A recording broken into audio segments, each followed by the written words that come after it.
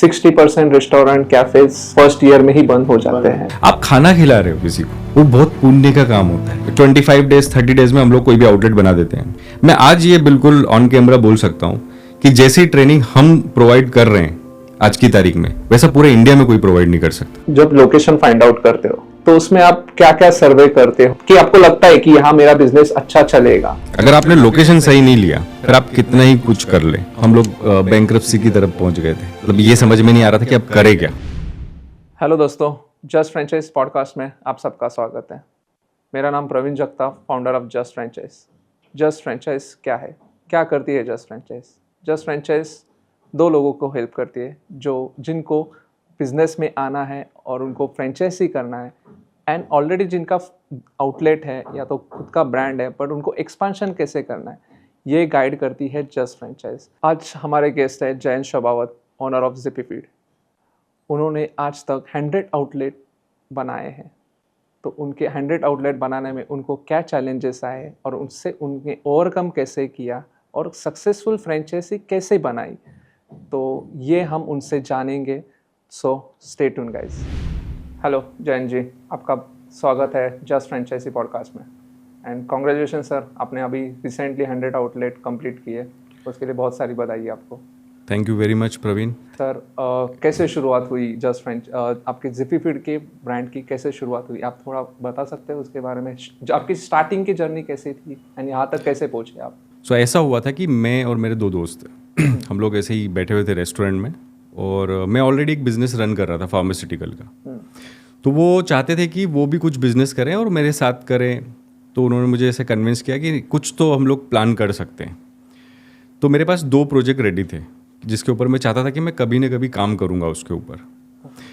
फिर मैंने ये सेम इसी समय की बात है, नवरात्रि की। फिर मैंने उनके सामने एक प्रोजेक्ट रखा और दोनों को समझाया कि इसमें ऐसा ऐसा होगा। तो कहीं ना कहीं उनको ऐसा लगा कि नहीं, वो सक्सेस नहीं होगा।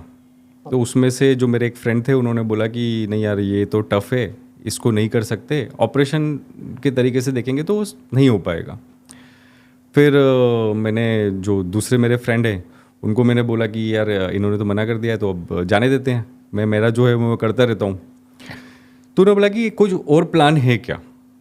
सो मेरे पास फूड के लिए था कुछ, तो वो मैंने उसी समय उनको बताया। ये शायद 24 अक्टूबर का बात है, और उनको समझ में आ गया कि हाँ, ये तो बहुत अच्छी चीज़ है।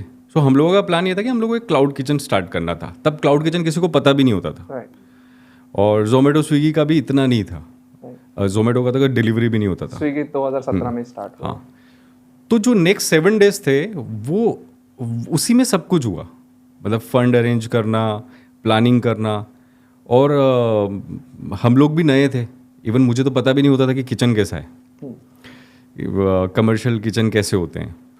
लेकिन हम लोगों ने 1 मंथ के अंदर लोकेशन फाइंड करना, किचन इक्विपमेंट, आपका शेफ़, जो भी स्टाफ लगता है वो, जो लाइसेंसेस लगते हैं वो सब करके हम लोगों ने दिसंबर में जिपी फीड को एक क्लाउड किचन की तरह हम लोगों ने लॉन्च किया। सो इस तरीके से हम लोगों ने उसको स्टार्ट किया था। आप बिजनेस में आने से पहले मैंने सुना है आपके बारे में कि आप सॉफ्टवेयर इंजीनियर थे। हाँ, मतलब मेरा जो ग्रेजुएशन है वो एक इलेक्ट्रॉनिक्स इंजीनियर की तरह हुआ है। मैंने भोपाल से अपना ग्रेजुएशन किया था। फिर उसके बाद मैंने अलग अलग एमएनसी में काम किया। फिर बिजनेस की तरफ मैं डाइवर्ट हुआ। बिजनेस में आने से पहले आपने कुछ ऐसे कॉलेज में वगैरह कुछ बिजनेस के बारे में सोचा था? कुछ इवेंट किया होगा, कुछ ऐसा लगा कि आपको मैं पैशन है बिजनेस करने का, कि जो ये जिपी फीड को हेल्प कर सके आगे जाके? एक मतलब जब बहुत छोटी एज होती है तब सभी का किसी न किसी का कुछ ना कुछ होता है कि मुझे ये बनना है, मुझे ये काम करना है। तो मैं मेरे अंकल के पास गया था, वो मैकेनिकल ड्राफ्ट्समैन थे एक कंपनी में। तो तब मेरा ऐसे दिमाग में आता था कि मैं भी इस तरीके का कुछ कंपनी, या उन्होंने मुझे कंपनी विजिट कराया था वो। तो तब से मेरे दिमाग में ऐसा आया था कि कुछ होना चाहिए कुछ से। बट वो बहुत छोटी एज थी, मतलब मैं उसको वैसे नहीं देखता हूँ। उसके बाद तो एक बार ऐसा भी आया कि मैं कॉलेज में जब मैं रात में एग्ज़ाम के टाइम पे कुछ ढाबे थे कॉलेज के सामने, तो मैं वहाँ चला जाता था। तो वहाँ मैं काफ़ी सारे ट्रक ड्राइवर्स से मिलता था। तो उस समय ये भी लगा कि इनका लाइफ ज़्यादा अच्छा है तो ट्रक ड्राइवर बन जाना चाहिए। तो एक्चुअल में जो बिजनेस करना है या कुछ स्टार्टअप करना है, ये फीलिंग ऐसे आई कि मुझे कहीं ना कहीं ऐसा फील होता था कि मुझे जो करना है वो मैं ओपनली कर नहीं पाता था जॉब में। राइट। सपोज मुझे अगर कोई इम्प्लीमेंट करना है या कुछ काम करना है तो मेरे लिए दीवारें थी वहाँ पे, और वहाँ रेस्ट्रिक्शन आते थे। तो आपको इतना ही करना है जितना हम बोले, तो वो नहीं हो पाता था मुझसे। तो सोच के रखा हुआ था कि हाँ करना ही है कुछ न कुछ। तो फिर पहले फार्मास्यूटिकल से स्टार्ट किया था, एंड देन फिर जिपीफीड के उसमें आ गए। जब आपने 2017 में क्लाउड किचन जब चालू किया, तब आपको थोड़ा नॉलेज था लोकेशन कौन सा होना चाहिए, कि मेरा बिजनेस कैसे रन होगा, मुझे शेफ कहाँ से लेके आऊँगा, ये सारी चीज़ें की दिक्कत हुई आपको स्टार्टिंग में? नहीं। कि आपको खुद बनानी आपने शायद आपको खुद से चाय भी बनाना दिक्कत आता है, मैंने सुना। तो आपने कैसे चैलेंजेस को कंप्लीट किया वो टाइम पे? प्रवीण, कैसा है ना कि मेरा केमिस्ट्री भी बहुत वीक था। तो मैं फार्मास्यूटिकल में गया तो लोगों ने मुझसे यही बोला कि मतलब कैसे, मतलब आपके तो मार्क्स भी कम आते थे। इवन फूड का भी मुझे कुछ नॉलेज नहीं। मैंने जैसे बताया कि मैंने किचन तक नहीं देखा था कमर्शियल कैसा होता है। तो वैसा मतलब मेरे मन में आया नहीं कि क्या होगा कैसे होगा। मुझे सिर्फ ये था कि एक मार्केट में एक प्रॉब्लम थी और उसका सॉल्यूशन मेरे दिमाग में कहीं ना कहीं था कि ये एक सॉल्यूशन हो सकता है और इससे आगे बढ़ सकते हैं। बस इतना ही था। और आज भी वैसे ही, मैं कभी ये नहीं सोचता हूँ कि क्या होगा। अगर कुछ करना है ना, तो जब तक हम ट्राई नहीं करेंगे हमें पता कैसे चलेगा कि हम इसमें सक्सेस होंगे या फेल होंगे। हाँ, कुछ बेसिक चीज़ें होती है कि हाँ आपको थोड़ा सा देखना पड़ता है कि हाँ ये कैसे करना है, वो कैसे करना है। बट हाँ अंदर से एक चीज़ तो थी कि हाँ कुछ भी करेंगे तो हो ही जाएगा। लोकेशन ढूंढना, शेफ अरेंज करना, किचन इक्विपमेंट कैसे होंगे, कहाँ से लेंगे, क्या होगा, कुछ पता नहीं था। सब कुछ उसी समय सीखा। ठोकरें भी खाइए, ऐसा नहीं है कि बहुत आसानी से हो गया था, पर हो गया वो। तो क्लाउड किचन से अपने फ्रेंचाइजी मॉडल आने में कब डिसाइड किया? आपको लगा कि अब मुझे फ्रेंचाइजी जाना चाहिए, आपको वो पॉइंट कब आया आपके मन में?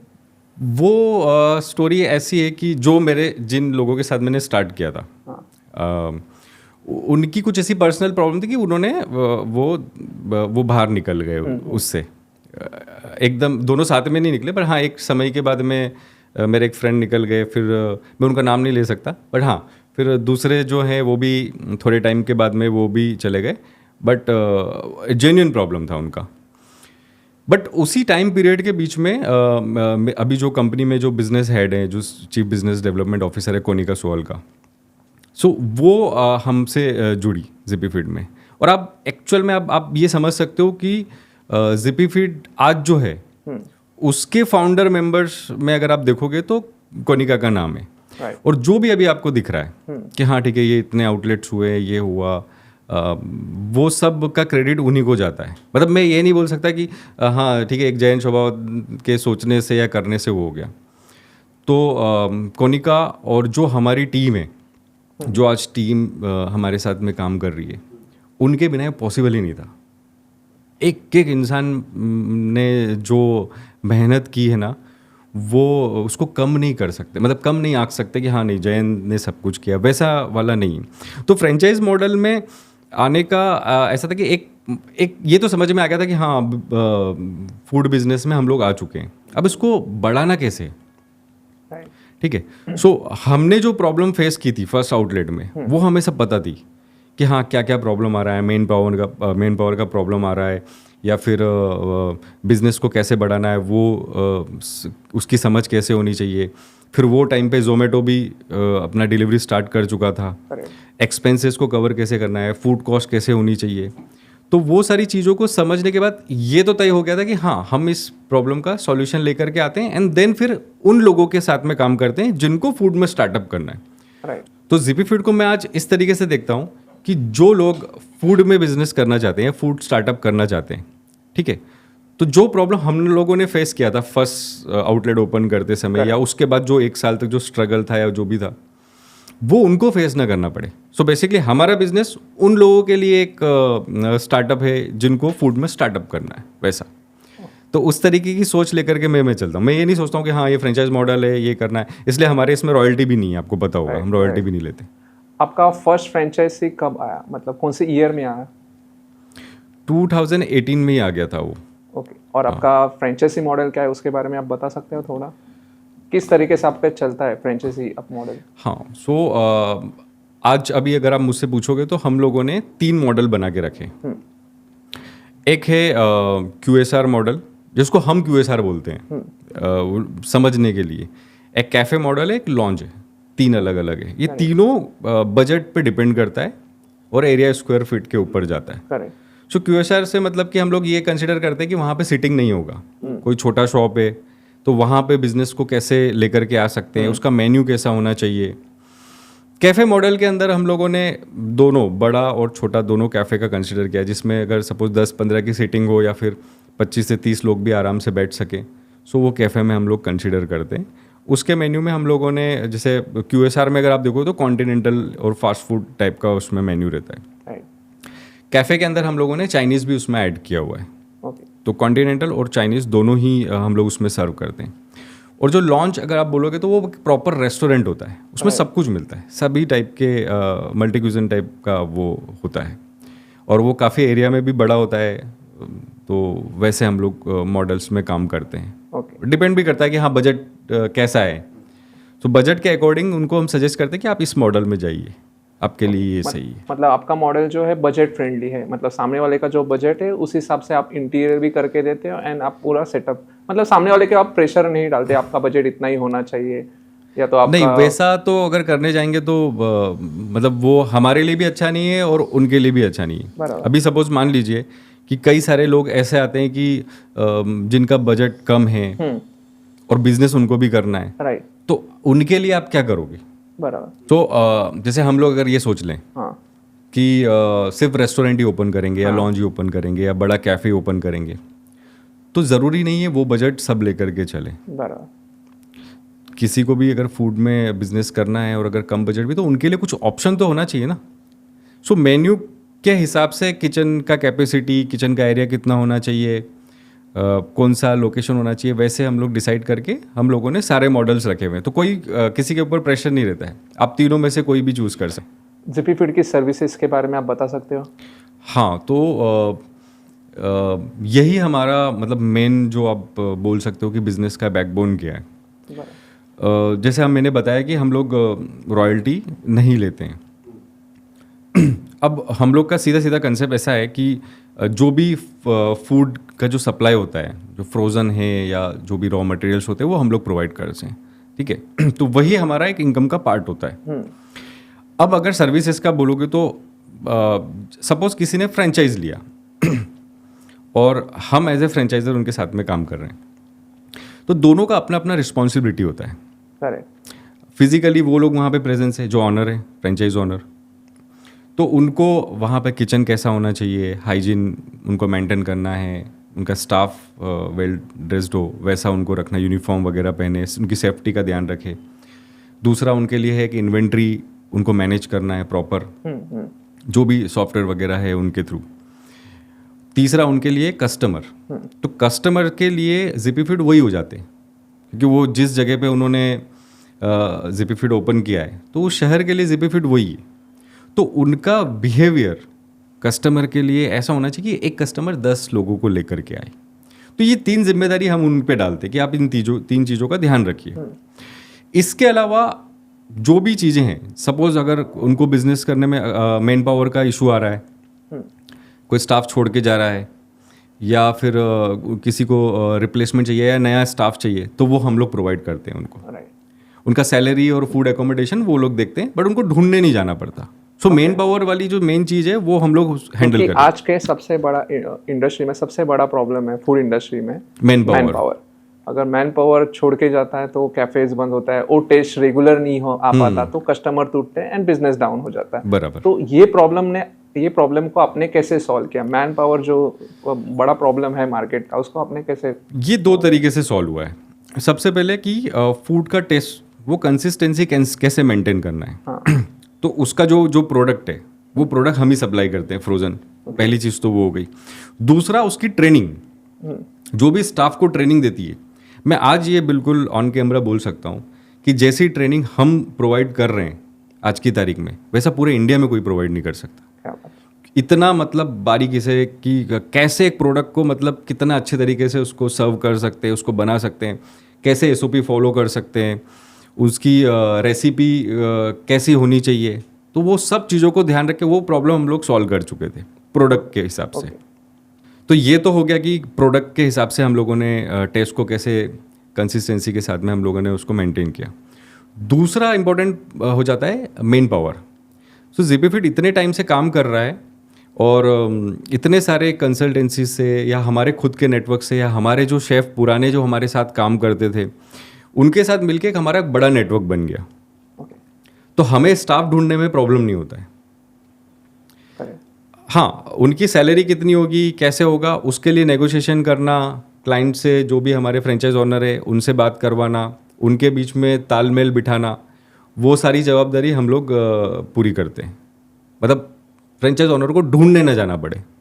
क्योंकि आज गूगल का डेटा कहता है food industry, restaurant, cafes, 60% restaurant cafes first year में ही बंद हो जाते हैं। एग्जैक्टली। 5th ईयर तक 80% रेस्टोरेंट बंद होते हैं। मोस्टली 20% ही रेस्टोरेंट कैफेज सर्वाइव कर पाते हैं। तो उनके पीछे कारण क्या है जो 5 साल तक टिक सके मार्केट में? सबसे पहली चीज़ तो होती है लोकेशन। अगर आपने लोकेशन सही नहीं लिया तो बहुत बड़े चांसेस हैं कि वो नहीं हो पाएगा, फिर आप कितना ही कुछ कर लें। दूसरा इंपॉर्टेंट फैक्टर है आपका मेन पावर। अगर आपके पास में सही मेन पावर नहीं है या आपने उनके साथ में तालमेल नहीं बिठाया तो भी एक प्रॉब्लम है। आपको स्टाफ ऐसा चाहिए जो आपके साथ में जुड़ के और उस आउटलेट को आगे बढ़ा सके। राइट। और तीसरा है उनका एटीट्यूड, जो बिजनेस कर रहे हैं वो भी एक बड़ा फैक्टर होता है। अगर सब कुछ अच्छा है, लोकेशन अच्छा है, स्टाफ अच्छा हो गया, लेकिन आपका एटीट्यूड ही ऐसा है कि आपको बैठना ही पसंद नहीं आ रहा है, या आपको ऐसा लग रहा है आपका बिजनेस अच्छा चल रहा है तो आप सोचते हैं चलो ठीक है अब तो चल गया है। ऐसे हमारे कई सारे क्लाइंट्स के साथ में हुआ है। बिजनेस बहुत अच्छा हो गया तो उन्होंने ध्यान देना बंद किया। वो कस्टमर के साथ पहले की तरह नहीं थे, वो थोड़े बदले। तो कस्टमर को क्या चाहिए, उनको अटेंशन चाहिए, सर्विस चाहिए, अटेंशन चाहिए। जो फूड जो आप सर्व कर रहे हो वो तो होना ही चाहिए, वो तो सबसे बेसिक चीज़ है रेस्टोरेंट का, कि टेस्ट जो है वो तो देना ही है, उसके अलावा ये सब चीज़ें होनी चाहिए। तो अगर आप ध्यान ही नहीं दोगे तो वहाँ पे अगर लोकेशन अच्छा है, स्टाफ अच्छा है या बाकी सारी चीज़ें, आपका एम्बियंस वगैरह सब कुछ अच्छा है और आपका बिहेवियर अच्छा नहीं तो भी नहीं चलेगा। सर, आप जब लोकेशन फाइंड आउट करते हो तो उसमें आप क्या क्या सर्वे करते हो जो आपको लोकेशन फाइंड आउट करने में हेल्प कर सके, कि आपको लगता है कि यहाँ मेरा बिजनेस अच्छा चलेगा? तो आप क्या सर्वे में आपने क्या पॉइंट्स रखे जो आपको देखने चाहिए लोकेशन देखते वक्त? काफ़ी सारे फैक्टर्स होते हैं उसके अंदर। एक प्राइम लोकेशन है, उनके घर के नज़दीक को हम ये भी ट्राई करते हैं। वैसा जैन जी, मार्केट में बाकी फ्रेंचाइजी फीस नहीं लेते, क्या आप फ्रेंचाइजी फीस लेते हो? देखिए, मैं कैसा है कि सबका अपना अपना अलग कंसेप्ट होता है। हर फ्रेंचाइजी का बिजनेस करने का तरीका अलग है और सभी अच्छे हैं, मैं तो यही मानता हूँ। अब किसी का फीस ना लेना, किसी का फीस लेना, मेरा सिर्फ एक ही क्वेश्चन है कि अगर आप ट्रेन से ट्रेवल कर रहे हो तो वहाँ पे भी क्लास होती है। स्लीपर आपको 3rd AC मिलेगा, 2nd AC, फर्स्ट क्लास, बराबर। अगर आप चाहते हो कि नहीं मुझे आपको बिल्कुल ऐसा कोच मिले जो ठंडा गर्म वातावरण अपने हिसाब से हो, आपको ब्लैंकेट मिले, आपको बेडशीट मिले, पिलो मिले, आपके वॉशरूम क्लीन हो, आपका खाना आए, तो आपको पैसा देना पड़ता है ना। राइट। एक सिंपल सी चीज़ है। मेरा ये सोचना है कि बिना पैसे लिए आप सर्विस दोगे कैसे? करेक्ट। बहुत अच्छे इंसान हो आप, बहुत अच्छी कंपनी है, पर बिना पैसा लिए सर्विस कैसे दे पाओगे? उसके लिए आपको भी तो मेन पावर रखना पड़ेगा ना। करेक्ट। कि अभी सपोज मान लीजिए कि ZippyFit में के पास में रिक्वेस्ट आया हमारे कोई एग्जिस्टिंग आउटलेट का कि हमें ये पोस्टर चाहिए या हमें ये स्टाफ चाहिए, तो वो ढूंढने वाला या वो पोस्टर बनाने वाला या उस चीज़ में उनका हेल्प करने वाला वो पर्सन डेडिकेटली होना चाहिए वहाँ पे। तो आप रॉयल्टी क्यों नहीं चार्ज कर रहे हो? तो ये सारी चीज़ें, रॉयल्टी मुझे शुरू से ही सही नहीं लगा था। ओके मतलब मैं जिस फैमिली से आता हूँ उसमें भी मतलब थोड़ा ऐसा है कि कमीशन और ये सब चीज़ें वैसा, तो वो एक अलग चीज़ होगी। दूसरा ये है कि वो एक्स्ट्रा बर्डन मानता हूँ मैं उन पे। ओके हम लोग प्रोडक्ट सप्लाई कर रहे हैं उनको। अब सपोज मान लीजिए कि अगर मैं 1 रुपये में कोई प्रोडक्ट बना रहा हूँ तो डेफिनेटली 1 रुपये 10 पैसे में तो बेच ही रहूँगा, तो वो हमारी इनकम होगी। और बिजनेस मॉडल को इस तरीके से बनाया है कि उनका चलेगा तो ही मेरा चलेगा। करेक्ट आप समझे? अगर उनका नहीं चल रहा है तो मेरा भी नहीं चलेगा। तो ये फेयर होता है। दूसरा कि उनका बिजनेस चले, उनको बिजनेस में कुछ प्रॉब्लम ना आए, स्ट्रेस ना आए, तो उसके लिए सारी सर्विसेज है। तो जो आप सर्विसेज वाला क्वेश्चन जो आप पूछ रहे थे वो अधूरा रह गया था। कि मेन पावर हो गया, फिर आपका हम लोग पूरा मेन्यू को ऑब्जर्व करते हैं, उसका फूड कॉस्ट, ऑनलाइन प्राइस क्या होनी चाहिए, ऑफलाइन प्राइस क्या होनी चाहिए, वो उसके लिए एक अलग टीम है, वो उसी पे काम करती है। टाइम टाइम पे मेन्यू को अपग्रेड करते हैं, जो आइटम नहीं चल रहा उसको हटा देते हैं, नया इंट्रोड्यूस करते हैं, उसका ट्रेनिंग प्रोवाइड करते हैं, वो सारी चीज़ें हम लोग करते हैं। तीसरा, बिजनेस को एनालाइज करते हैं। हर महीने के एंड में या मंथ के फर्स्ट वीक में एक मीटिंग होती है जिसमें पिछले महीने का बिजनेस डिस्कस किया जाता है। तो तीसरा है बिजनेस एनालिसिस। अगर आपके फ्रेंचाइज पार्टनर बिजनेस कर रहे हैं तो ऐसा नहीं है कि उनको एक बार ओपन कर दिया आउटलेट और फिर उनको छोड़ दिया कि हाँ ठीक है अब आप बेचिए। हर महीने हम लोग उनके साथ में एक मीटिंग करते हैं, जो या तो मंथ के एंड में होगी या मंथ के स्टार्टिंग में हो जाती है। उसमें पिछले पूरे महीने का हम लोग बिजनेस को एनालाइज करते हैं कि हाँ मतलब अगर सपोज किसी ने सोचा कि हाँ 4 लाख का यहाँ पे एक्सपेक्टेशन था बिजनेस का, 3.5 लाख रुपए आया है, तो 50,000 कम क्यों आया है? 4 लाख सोचा था 4.5 लाख हो गया, 50,000 ज़्यादा क्यों आया है? उसका भी पता लगाना ज़रूरी कि कौन कौन से फैक्टर्स थे। वो पूरा डिस्कस करके उनके साथ में वो फाइंड आउट करके कहाँ उनके एक्सपेंसेस ज़्यादा जा रहे हैं वो पता करके फिर नेक्स्ट मंथ का कैलेंडर बनाते हैं। ओके फिर वो हमारी ग्राफिक्स टीम के पास जाता है, फिर वो ग्राफिक्स टीम उसके हिसाब से वो क्रिएटिव्स बना के जो भी ऑफर्स वगैरह अप्लाई करना है या जैसा भी उनको रन करना है, उसके बाद फिर वो सोशल मीडिया टीम के पास जाता है एंड देन फिर वो उसको उस तरीके से प्रमोट करते हैं। तो ये पूरा एक सिस्टम है। ये सारी सर्विसेज जो मैंने बोली इसके लिए हम लोग क्लाइंट से 1 रुपया भी चार्ज नहीं करते हैं। आप मार्केटिंग सपोर्ट कैसे करते हैं आपके फ्रेंचाइजी बिजनेस पार्टनर को? 2 तरीके की चीज़ें होती है उसमें। एक तो ऑफलाइन जो मार्केटिंग होती है, हम लोग उसमें जो भी क्रिएटिव्स है वो उनको हम प्रोवाइड करा सकते हैं। ओके जो भी डिज़ाइंस वगैरह है वो सब प्रोवाइड करते हैं। वहाँ पे कभी कभी कहीं कहीं ऐसा होता है कोई फेस्टिवल आया तो होर्डिंग्स लगाने या कुछ करना है, तो वो उनकी तरफ से सजेशन आता है कि हमें ऐसा करना चाहिए, तो हम उसको पता करते हैं कि ये एक्चुअल में फ़ायदेमंद है या नहीं। कुछ इन्फ्लुएंसर्स हैं जिनके साथ में हम उनको टाइप करवा देते हैं, ठीक है। और ऑर्गेनिक तरीके से जो जो भी हम लोग सोशल मीडिया पे जा सकता है वो यहाँ से टीम, जैसे मैंने आपको बताया कि जो मीटिंग होती है उस मीटिंग के बाद जो डिसाइड होता है उसके हिसाब से वो पोस्ट जाती रहती है। वैसा क्या आपके सर्विसेज में लाइसेंस का काम भी आप करके देते हो? हाँ, वो ये जो सर्विसेज है आउटलेट ओपन होने के बाद की थी कि आउटलेट ओपन हो गया, असली लड़ाई चालू हुई। तो ये सारी चीज़ें जो बताई है ये तब की है जब आउटलेट ओपन हो रहा होता है, मतलब लोकेशन से लेकर के आपके इनोग्रेशन तक वो सारी चीज़ें हम हैंडल करते हैं। ओके अब वहाँ पे ऐसा होता है कि सपोज जैसे मैंने आपको जो मॉडल बताए थे कि QSR है, कैफ़े है, लॉन्ज है, तो वहाँ से लोकेशन फाइनल करना, फिर उस लोकेशन के हिसाब जो एरिया स्क्वायर फीट है उसके हिसाब से किचन कैसा होगा उसका डिज़ाइन करना, उसका इंटीरियर कैसा होगा, वो सारा वर्क हम लोग उसको हैंडल करते हैं।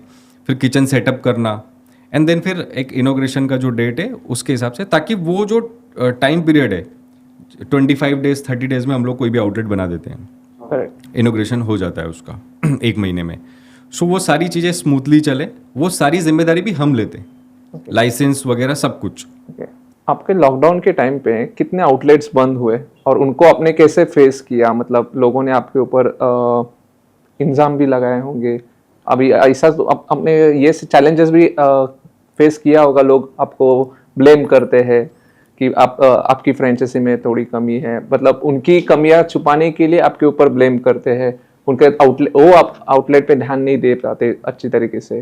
तो वो चैलेंजेस को आपने कैसे फेस किया? जब आउटलेट बंद होता है तो आपको कैसे लगता है एंड कैसे फेस करते हो ये चीज़ों को? प्रवीण, कैसा है ना कि मुझे कभी भी खराब लोग नहीं मिले, और वैसे भी अच्छा और ख़राब होना ये आपके नज़रिए पे डिपेंड करता है। बात रही लॉकडाउन की, तो वो टाइम फेज ऐसा था कि सबको सबकी प्रॉब्लम पता थी। अब हमारा एक आउटलेट था, हम लोग क्या कर रहे थे कि सारे ऑनर्स जो प्रॉपर्टी ऑनर है उनसे बात करते थे कि आप रेंट कुछ समय के लिए माफ़ कर दीजिए या फिर आप बाद में ले लीजिएगा।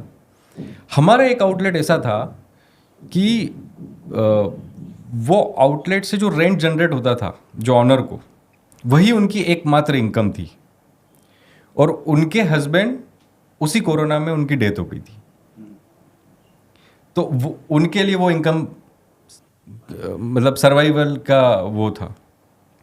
और हमारे आउटलेट को जिंदा रखने के लिए हमें रेंट को कुछ करवाना था। राइट।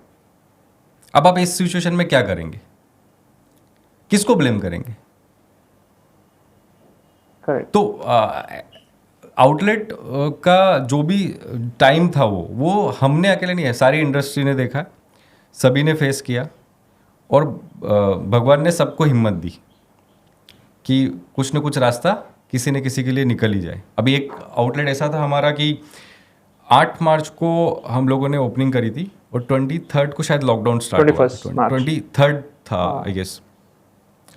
अब आप सोचो कि एक कैफ़े जिसमें 15 से 20 लाख रुपए का इन्वेस्टमेंट किया है, पूरा माल अंदर है, स्टाफ अंदर फंसा हुआ है, और एकदम से 3 महीने का लॉकडाउन, तो वो सिचुएशन को कैसे करेंगे? तो जो जो हो सकता था वो हमने सभी दूर ट्राई किया। ओके। काफ़ी सारे स्टाफ के लोग होते हैं जो आउटलेट के, उनको घर जाने का जब समय आया 3 महीने बाद में, उनको वो, क्योंकि वो भी घबरा चुके थे, तो उनके लिए जो जो हेल्प हो सकती थी वो हम लोगों ने की। राइट। जितनी हमारी ताकत थी उसके हिसाब से हम लोगों ने सब कुछ किया। पर सिचुएशन वो वैसी थी कि उसके ऊपर मैं कुछ कमेंट करना भी नहीं चाहता। हाँ, पर हमें कोई ऐसे लोग नहीं मिले कि जिन्होंने ब्लेम किया कि ये आपने किया या वैसा किया। मुझे सारे फ्रेंचाइज पार्टनर मुझे बहुत अच्छे मिले। राइट। जयंत जी, आप ये तो बता सकते हो कि एक फूड रेस्टोरेंट सक्सेसफुल होने के लिए क्या क्या करना चाहिए? मतलब क्या हमें करना चाहिए जो हमें फूड रेस्टोरेंट को सक्सेसफुली हम लोग 5 साल तक, 10 साल तक, लंबे समय तक हम खींच सके और अच्छे से चला सके? वही जो 3 चीज़ें मैंने बताई है, हाँ। उन्हीं पे ही ध्यान रखना है। ओके। आप अच्छी लोकेशंस के साथ में जाइए, ओके। ठीक है। आप में अगर बिजनेस करने का है कि नहीं मुझे करना है, कुछ आगे बढ़ना है, तो आपकी सोच को, आप खाना खिला रहे हो किसी को, वो बहुत पुण्य का काम होता है। पानी पिलाना, खाना, तो आप सोच ऐसी रखिए कि किसी को भी आप कुछ सर्व कर रहे हैं तो आप बिल्कुल दिल से करें, मतलब प्रेम से कि हाँ ठीक है। और वैसे भी वो आपको पे कर रहे हैं तो उनको वैल्यू फॉर मनी मिलना चाहिए। तो वो जो सोच है ना, वही कहीं ना कहीं आपको बरकत दे देगी। ओके। देखिए, बिजनेस के फैक्टर्स आप निकाल के अलग रख दीजिए अभी, कि ठीक है आपने लोकेशन भी देख लिया, सब कुछ कर लिया, पर आपका सोच भी तो वैसा होना चाहिए। नीयत साफ होनी चाहिए। हाँ एग्जैक्टली, नीयत साफ होनी चाहिए, वो बरकत अपने आप आती है। करेक्ट। वैसा। और बिजनेस जब हम लोग जिपी फीड की फ्रेंचाइजी चालू करते हैं तो ऐसे नहीं कि स्टार्ट 1 मंथ से ही आपको प्रॉफिट आना शुरू होता है, बराबर? तो आपको कितने महीने का बैकअप लेके चलना चाहिए कस्टमर को, फ्रेंचाइजी पार्टनर को? ये बहुत अच्छा क्वेश्चन है क्योंकि जब भी कोई बजट प्लान करता है तो वो ये चीज़ कंसिडर नहीं करते हैं कि उनको कितना वर्किंग कैपिटल हाथ में लेना है। बट हम लोग बोलते हैं 2 to 3 लाख रुपीज़ अपने हाथ में रखिए। करेक्ट। हमारे कुछ आउटलेट ऐसे हैं जो फर्स्ट मंथ से प्रॉफिट में, ओके। फर्स्ट मंथ से उनका जो परफॉर्मेंस है बहुत अच्छा है। तो उनको भी हम यही सजेस्ट करते हैं कि आप इसमें भी जो भी अपने एक्सपेंसेस है उसको कम करिए। आप जितना बचाएंगे वो आपने कमाया, वो वाले कंसेप्ट पे चलिए। कुछ आउटलेट है जो 2-3 महीने के बाद में प्रॉफिट में आते हैं, कुछ 6 महीने तक धीरे धीरे करके आते हैं, वैसा बचा था। मतलब 6 मंथ हम लोग मान के चलते हैं कि 6 मंथ के अंदर आ जाता है, अगर सारे फैक्टर्स को अपने ध्यान में रखा है तो। ओके। सर जी, अगर आप वापस एक बार शुरू से शुरुआत करते हैं, अभी के टाइम पे समझो आप वापस 0 पे आ गए हैं, अब 0 से शुरुआत करते, तो आपने आपको कैसे आगे लेके जा सकते हो? अभी आप शुरुआत कैसे करोगे अगर आप वापस 0 से आते हो? तो सब कुछ चला जाए आपके हाथ से। मैं समझ गया आपका सवाल। मैं अगर आज स्टार्ट करूं अपना करियर, हाँ, तो भगवान ने ना सबको इनबिल्ट क्वालिटी दिया है, ठीक है। तो मुझे ऐसा लगता है कि अगर मैं लॉयर बनता तो मैं एक बहुत अच्छा लॉयर बनता। तो आज अगर मेरे पास कोई अपॉर्चुनिटी अगर ऐसे आती है फिर से चूज करने के लिए, तो मैं फिर लॉयर बनूंगा। तो आप बिजनेस में नहीं आओगे वापस, लाइक आपका आपका पैशन क्वेश्चन अगर इससे रिलेटेड है कि मैं क्या चूज करूंगा हाँ। आज की तारीख में, जीरो तो से मैं- शुरुआत करते हैं, हाँ, तो मैं लॉयर बनूंगा। ओके। अगर आप मुझसे ये बोल रहे हो कि सब कुछ चला जाए फिर क्या करोगे, तो मैं ये बोलूंगा मैं फिर से बनाऊंगा ओके। वापस से। गुड वाइब भगवान को मानते हो? हाँ, मैं मतलब साइंस का स्टूडेंट हूँ, ठीक है, ओके। लेकिन मैं खुद एक घर जिस जगह से आता हूँ तो वहाँ पे हमारा खुद का एक मंदिर है, राम मंदिर, मतलब हम ओके। पंडित हैं। तो शुरुआत से जो जैसे अब कोई भी जिस फैमिली में जिस धर्म में पैदा होता है उसको वहाँ के संस्कार तो मिलते ही हैं, पर मेरे खुद के भी जो अनुभव है उसके हिसाब से मुझे एक चीज़ तो क्लियर है कि कोई तो है जिन्होंने सारी चीज़ों को मैनेज किया हुआ है। जैसे कि एनर्जी है या तो हाँ, पॉजिटिव एनर्जी और नेगेटिव एनर्जी उसको भी आप ऐसे देख सकते हो कि भगवान जो है वो पॉजिटिव है। आप मंदिर में जाते हो तो आपको वहाँ पे एक अलग फील होता है ना, एक अलग तरीके का वातावरण मिलता है। सर जी, मैंने अभी आपका इंस्टाग्राम देखा था रिसेंट वाला, तो मैंने रिसेंट में ज़्यादा देखा कि आप वाराणसी बहुत ज़्यादा जाते हो। क्यों वाराणसी से आपका कुछ कनेक्शन है कि कैसे, लाइक? नहीं, वैसा नहीं है। मैं किसी भी स्पेसिफिक जगह को ऐसा नहीं चाहता हूँ। मुझे मौका मिलता है तो मैं हर जगह विजिट करता हूँ। हाँ, लेकिन मुझे तिरुपति में बहुत विश्वास है। ओके। मेरा एक पर्सनल एक्सपीरियंस है जो बहुत स्ट्रॉन्ग वहाँ से मुझे रिजल्ट आया था। आप उसको इत्तेफाक बोल दीजिए या फिर कुछ और, पर वहाँ पे अच्छा, उसका कारण ये भी है कि मैं जो हमारे जो हिंदू धर्म है उसके हिसाब से, शास्त्र के हिसाब से जैसा बताया गया है कि भगवान विष्णु जो है वो सुप्रीम है, बराबर। तो मैं उनका अनुयायी हूँ। मैं उनको उस तरीके से देखता हूँ कि जो भी है उनका ही है, जो भी चीज़ें हैं वो उन्हीं से निकल के बाहर आई है और उन्हीं के पास जानी है। करेक्ट। तो मैं उस हिसाब से उनको देख के और पूजा अर्चना जो भी है मेरी वो मैं करता हूँ। मैं मानता हूँ उनको, मतलब मेरा फेथ उनमें है वैसा। और बात रही पॉजिटिव एनर्जी की, नेगेटिव एनर्जी की, तो वो आप खुद ही क्रिएट करते हो। आपकी हॉबीज क्या है? हॉबीज़ मतलब ऐसा तो कुछ है नहीं। जब मौका मिलता है तब मैं क्रिकेट खेल लेता हूँ और मुझे लिखने का शौक है। ओके। मैं किताबें पढ़ लेता हूँ। आपका दिन का रूटीन्स क्या होता है? मतलब सुबह से लेकर रात तक आप कैसे क्या फॉलो करते हो? वो अगर आप Routine पूछेंगे तो वो बहुत ख़राब है। अच्छा। मैं कभी भी ये नहीं चाहूँगा कि कोई उसको फॉलो करे। ओके।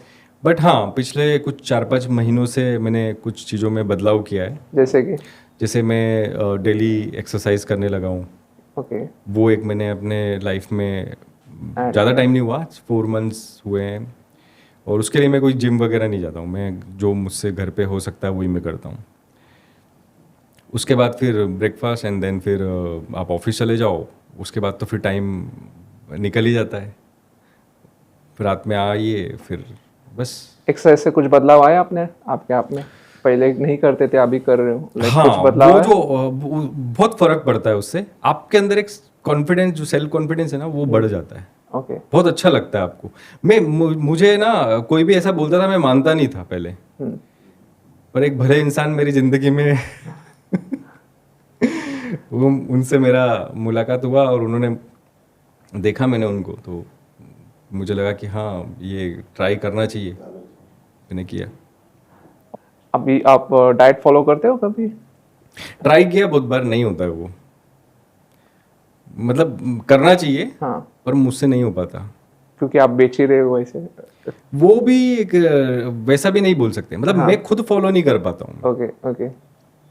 बेच रहे हैं वैसा तो उस कन्वर्सेशन में तो नहीं जाएंगे। हाँ। पर मैं अगर मेरा पर्सनल अगर आप बताओगे कि आप डाइट फॉलो करते हो या ध्यान रखते हो, तो मैं वो नहीं कर पाता हूँ। मैं उसमें बहुत वीक हूँ। आपका फेवरेट डेस्टिनेशन कौन सा है इंडिया में? कश्मीर मुझे बहुत अच्छा लगता है। ओके। कश्मीर में क्या अच्छा लगा आपको उसमें? हम लोग इधर मुंबई में रहते हैं, आपको पता है, तो यहाँ कोई भी मौसम देखने को मिलता ही नहीं है। करेक्ट। और मुझे सर्दियाँ बहुत पसंद है, क्योंकि मैं जिस जगह से आता हूँ वहाँ पे सर्दियाँ अच्छी होती थी।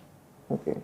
तो यहाँ सर्दियाँ मिलती नहीं है, तो उसके हिसाब से अगर आप देखोगे तो कश्मीर एक अच्छी जगह है जहाँ आपको आपके हिसाब से वातावरण मिल जाता है, ओके। वैसा वो अच्छा लगता है मुझे। बट उसमें एक पॉइंट और ऐड करूँगा कि मैं गया एक ही बार हूँ वहाँ पे। अच्छा लगना और जाना वो बहुत वो है फ़र्क। ओके। मैं आपको एक सिंपल सी बात बताता हूँ। हम लोग ये सोचते हैं ना कि हमको मोटिवेशन मिलना चाहिए, हाँ। कि कोई भी चीज़ को करने के लिए मोटिवेट होना, या आजकल तो लोग वीडियो देख देख के मोटिवेट होते हैं। जो एक्चुअल में काम करने वाला होता है ना, हाँ। उसको इस वर्ड से ही मतलब नहीं है। करेक्ट। मतलब क्यों चाहिए आपको मोटिवेशन? आपको एक चीज है आपको करनी है। अभी सपोज यहाँ से आपको मुंबई में किसी जगह पे जाना है, जाना है मतलब जाना है। उसके लिए क्या मोटिवेशन, मतलब कि वो चाहिए, मतलब आप कर ही नहीं सकते हो। करेक्ट। आपको मोटिवेशन की जरूरत तब पड़ेगी हम आप करना नहीं चाहते हो, आपको बार बार धक्का मारना पड़ रहा है। एग्जैक्टली। तो वो जो अच्छा, ये कनेक्टेड है पॉजिटिव और नेगेटिव एनर्जी से। राइट। पॉजिटिव एनर्जी और नेगेटिव एनर्जी आप खुद जनरेट करते हो। आप जैसा बिहेवियर करोगे, आप एक रूम में हो बराबर, आप कचरा डालना चालू करो, आपने कुछ खाया यहाँ फेंक दिया, वो कर दिया, आसपास पूरा आपने गंदा करके रखा हुआ है, तो आपको खुद को अच्छा नहीं लगेगा, आप खुद नेगेटिव हो जाओगे। करेक्ट। और अगर आपने क्लीन कर दिया, आप बिल्कुल साफ सफाई के साथ में आप रहो, वो पॉजिटिव एनर्जी, तो आप खुद ही खराब कर रहे हो, खुद ही अच्छा कर रहे हो। तो ये पॉजिटिव और नेगेटिव वाला जो बात है एनर्जी वाला, ये ऐसे आती है, आप खुद जनरेट करते हो। और मैं मानता ही नहीं हूँ कोई मोटिवेशन वगैरह। हाँ, मोटिवेशन मतलब कि अगर सपोज आप बहुत ज़्यादा डिप्रेशन में हो और आपको कोई एक इंसान बोले कि अरे हमें तुम पे भरोसा है, तुम करो, करेक्ट। हमें भरोसा है, हम जानते हैं कि तुम कर पाओगे, वो एक अलग चीज़ होती है। और अब हर 2 दिन में मोटिवेशन की जरूरत पड़े तो फिर क्या ही मतलब है। अभी किसी को जिम जाके एक्सरसाइज करके बॉडी बनाना है तो बनाना है उसको, राइट। उसमें क्या रोज मोटिवेशन करके करेक्ट। जरूरत पड़नी चाहिए। मैं उसको सही नहीं मानता, वो वर्ड ही गलत है। सर अभी रिसेंटली आपका 100 आउटलेट ओपन हुआ है इंडिया में, हर जगह पे आपका आउटलेट है, तो आप चाहोगे कि आपका आउटलेट फॉरेन कंट्रीज में जाए, एंड कुछ प्लान किया है इसके बारे में आपने? कुछ चीज़ें हैं जो इन प्रोसेस हैं। ओके। और डेफिनेटली अगर हम लोग यहाँ से बाहर जाके भी अगर हम लोग जेपी फिट को लेकर के जाते हैं तो ये बहुत अच्छी बात होगी। बट हाँ, डेफिनेटली ये चीज़ें इन प्रोसेस है, और हो सकता है आपको कुछ महीनों में ही आपको ऐसा देखने को मिले। क्योंकि हम चाहेंगे, क्योंकि जितने भी वेस्टर्न ब्रांड्स है ऑल ओवर वर्ल्ड में फैले हुए, जैसे मैकडोनल्ड है, बर्गर किंग है, स्टारबक्स है, पर हमारे इंडियन ब्रांड्स में इतनी कैपेसिटी होने के बाद भी हम लोग वहीं पे इंडिया तक ही रुक जाते, फॉरेन तक नहीं जा पाते। तो उसके पीछे कारण क्या है, क्यों हम वहाँ तक नहीं पहुँच पा रहे? क्योंकि हमारे में कैपेसिटी तो है बट हम बाहर नहीं जा पा रहे। उसका आंसर प्रवीण ऐसा है कि इंडिया की जो पॉपुलेशन है ना, वो इंडिया की ताकत है। इंडिया खुद एक बहुत बड़ा मार्केट है। बराबर। दूसरे जो बाहर की कंपनी जो इंडिया में क्यों आ रही है, क्योंकि इंडिया खुद मार्केट है। बराबर। तो जब इंडिया खुद ही मार्केट है तो हमारी इंडियन कंपनी को ऐसा सोचने में नहीं आता है कि हम क्यों बाहर जाए, क्योंकि यहीं पे सब कुछ उनको मिल जाता है। ओके। हाँ, लेकिन एक नाम बनाने के लिए कि हाँ आप चलो आपका प्रेजेंस है, उस हिसाब से अगर आप देखोगे तो डेफिनेटली जाना चाहिए। पर अगर आप बिजनेस के हिसाब से देखोगे तो ऐसा कहीं भी नहीं है कि नहीं जा सकते हैं। जो हमारी इंडियन कंपनी से बाहर नहीं गए, ऐसा नहीं, गए हैं वो लोग, ठीक है, बट उनको इंडिया में ही इतना बिजनेस मिलता है। करेक्ट। इंडिया खुद एक बहुत बड़ा मार्केट है, तो वैसे है, मतलब, और नहीं जा सकते वैसा नहीं, बाय चॉइस है वो कि हाँ नहीं गए होंगे। आपका फाइनेंशियली गोल क्या है लाइफ का? और आपका इन्वेस्टमेंट का सेक्टर्स क्या क्या, आप इन्वेस्टमेंट कहाँ करते हो? इन्वेस्टमेंट क्रिप्टो में करते हैं, स्टॉक मार्केट में भी जो सेफ तरीके से हो सके वैसा, रियल एस्टेट में है। ओके। तो जहाँ जहाँ मतलब जो एक आम इंसान जहाँ जहाँ करता है, मैं वहाँ पे मैंने किया है। आपको 5 सालों में, नेक्स्ट 5 ईयर में कौन से सेक्टर आपको ऐसे लगते हैं जो ग्रोइंग है? इंफ्रास्ट्रक्चर बहुत आगे जाने वाला है इंडिया में। ओके। बाकी अगर वर्ल्ड वाइड देखोगे तो आर्टिफिशियल इंटेलिजेंस जो है वो एक टेक्नोलॉजी आप बोल सकते हो, बहुत वो फूड इंडस्ट्री में भी आने वाले हैं। Right. वो चीज़ें आज कुछ रेस्टोरेंट ऐसे भी ओपन हुए हैं यूएस में जहाँ पे स्टाफ ही नहीं है, हाँ, सारी काम मैकडॉनल्ड्स जस्ट रिसेंटली एक मैकडॉनल्ड ओपन ने किया। हाँ वैसा। तो वो चीज़ें आने वाली है फ्यूचर में, आर्टिफिशियल इंटेलिजेंस की वजह से बहुत चेंजेस आएंगे और आप देखेंगे कि आ ही गए हैं ऑलमोस्ट। तो आपको लगता है आर्टिफिशियल इंटेलिजेंस एआई जो है जो हमारे एम्प्लॉयमेंट को फर्क करेगा? देखिए, ये क्वेश्चन का आंसर इस तरीके से देना चाहिए, कोई भी मतलब अगर किसी से भी ये पूछा जाए तो, कि एक समय था जब एक रेड कलर की एक बुक आती थी, आपने देखी, जिसमें हिसाब किताब लिखा जाता था पुराने जमाने में, आपने देखा होगा, बही खाता जिसको। हाँ। फिर कुछ सॉफ्टवेयर आए, फिर वो सॉफ्टवेयर आए तो उन लोगों का जॉब खतरे में हुआ, करेक्ट, जो वहाँ पे मुनीम जो भी बैठते थे। लेकिन वो जॉब खतरे में हुआ, लेकिन जो सॉफ्टवेयर को चला सकता है उसको जॉब मिला ना। तो आपको अपग्रेड करना पड़ेगा, जॉब खत्म नहीं हो रहा, जॉब वो फॉर्म चेंज हो रहा है उसका। राइट। तो आप खुद को अपग्रेड करेंगे तो वो चीज़ें हो जाएगी। आर्टिफिशियल इंटेलिजेंस में भी कैसा है कि आज की तारीख में कई सारी ऐसी जॉब है जिसमें मेन पावर की ज़रूरत पड़ती है या थी, वो आर्टिफिशियल इंटेलिजेंस की वजह से ख़त्म हो रही है। लेकिन आर्टिफिशियल इंटेलिजेंस की वजह से कुछ नई जॉब्स भी बन रही है, बराबर, जिसमें आप पार्टिसिपेट कर सकते हो। तो आपको खुद को अपग्रेड करना पड़ेगा, समय के साथ चलेंगे तो वैसा नहीं है। तो आपने जीपी फील्ड में क्या अपग्रेडेशन लाया लास्ट 5 इयर्स में? हम लोगों ने कई सारी ऐसी टेक्नोलॉजी का यूज़ करना स्टार्ट किया है जो एआई से रिलेटेड भी है, जिसका हम यूज़ करते हैं और परफॉर्मेंस को इम्प्रूव करने में, अपनी प्रोसेस को सुधारने में वो होता रहता है। कई सारी चीज़ें हैं उसको करते हैं। जैन जी, मैं आपको एक मुझे एक क्वेश्चन पूछना है आपको।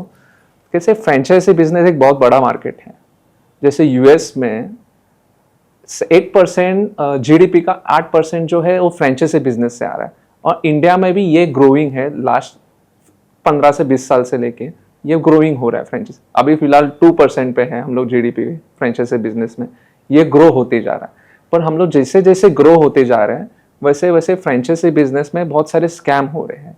मतलब लोग फ्रेंचाइजी देने के टाइम पे कमिटमेंट एक करते हैं, पर देने के बाद वो सर्विसेज नहीं दे पाते।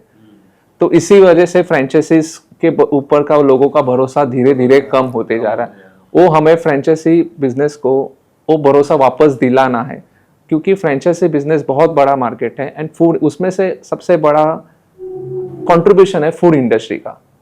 फूड इंडस्ट्री हमेशा ग्रोइंग पे आती जा रही है, क्योंकि लोग आज घर पे खाना कम बनाते हैं, बाहर का खाना ऑर्डर करते हैं, एंड हाइजीननेस बहुत इंपॉर्टेंट है। तो ये सारी चीज़ें को आप कैसे टैकल करोगे एंड लोगों पे भरोसा कैसे लाओगे फ्रेंचाइजी बिजनेस के लिए? देखिए प्रवीण, अगर किसी को भी कोई बिजनेस करना है या किसी की कोई भी चीज़ XYZ उसका फ्रेंचाइजी लेना है, तो वो उन्हें पहले जांच परख ले। डायरेक्ट अगर ऑनर से मीटिंग हो सकती है तो वो तो बेस्ट है, ठीक है। उनका बिजनेस मॉडल क्या है, उनके आउटलेट्स कहाँ हैं, उनके जो दूसरे फ्रेंचाइज ऑनर्स हैं उनसे बात कर सकते हैं, वो कैसा सर्विस है, क्या है। हम जीपी फीड में भी हम लोग यही बोलते हैं कि आपको कोई भी सवाल हो, आपको 1000 क्वेश्चन है, आप सारे क्वेश्चंस क्लियर कीजिए, फिर हम आगे जाएंगे।